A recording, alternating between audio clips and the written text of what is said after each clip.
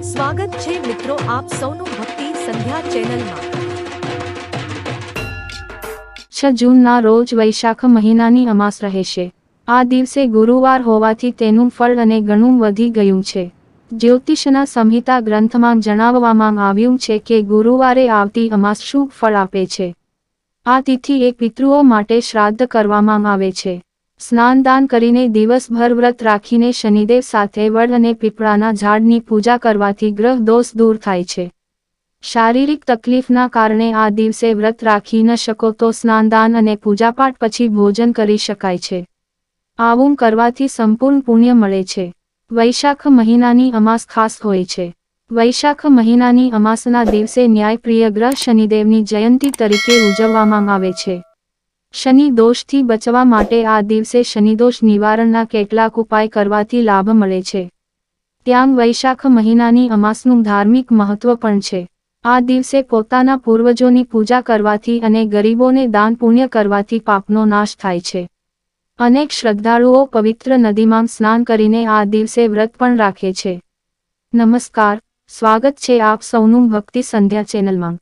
આ ચેનલ પર આપને આવા જ ધાર્મિક વિડીયો જોવા મળશે। તો મિત્રો ચેનલને સબસ્ક્રાઇબ કરી લાઇક અને શેર કરો અને આપ પણ અમારા ભક્તિ સંધ્યા પરિવારમાં જોડાઈ જાવ। ધન્યવાદ। અનેક લોકો આ દિવસને સ્નાનદાનની અમાસ તરીકે પણ પૂજે છે।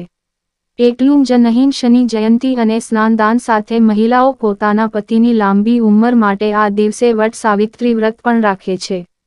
એટલે ઉત્તર ભારતમાં વૈશાખ અમાસને ખાસ સૌભાગ્યશાળી તથા પુણ્ય ફળદાયી માનવામાં આવે છે। ગુરુવારી અમાસનું મહત્વ। કોઈ પણ મહિનાની અમાસ જો ગુરુવારે આવતી હોય તો તેને ગુરુવારી અમાસ પણ કહેવામાં આવે છે। જ્યોતિષ ગ્રંથો પ્રમાણે આવી અમાસ શુભ ફળ આપનાર હોય છે। આવા સંજોગોમાં કરવામાં આવેલ સ્નાનદાન અને પૂજાપાઠનું પુણ્ય ફળ અનેક ગણું વધી જાય છે। ગુરુવારે અમાસનો સંયોગ ક્યારેક જ બને છે। આ દિવસે ગંગા યમુના જેવી પવિત્ર નદીઓ તથા મથુરા અને અન્ય તીર્થોમાં સ્નાન, ગૌદાન, અન્નદાન, બ્રહ્મ ભોજન, વસ્ત્ર, સોનું વગેરે દાનનું વિશેષ મહત્વ આપવામાં આવ્યું છે।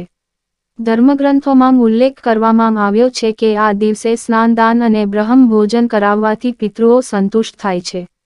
વૈશાખ મહિનાની અમાસના દિવસે શું કરવું અને શું ન કરવું। 1. આ દિવસે સૂર્યોદય પહેલા જાગીને તીર્થસ્થાન અથવા પવિત્ર નદીઓમાં સ્નાન કરવાની પરંપરા છે। 2. આખો દિવસ વ્રત કે પૂજાપાઠ સાથે જ શ્રદ્ધા પ્રમાણે દાન કરવાનો સંકલ્પ લો। 3. આખા ઘરમાં કચરાપોતા કર્યા પછી ગંગાજળ કે ગૌમૂત્ર છાંટવું। 4. સવારમાં પીપળાના ઝાડને જળ ચઢાવો। 5. પીપળા અને વડના ઝાડને 108 પરિક્રમા કરવાથી દરિદ્રતા દૂર થાય છે। 6. ત્યારબાદ શ્રદ્ધા પ્રમાણે દાન આપો। માન્યતા છે કે અમાસના દિવસે મૌન વ્રત ધારણ કરવાથી અને સાથે જ સ્નાનદાન કરવાથી 1000 ગાયના દાન કરવા સમાન ફળ મળે છે। 7. તામસી ભોજન, લસણ, ડુંગળી અને માંસાહારથી દૂર રહો। 8. અને કોઈ પણ પ્રકારનો નશો ન કરો।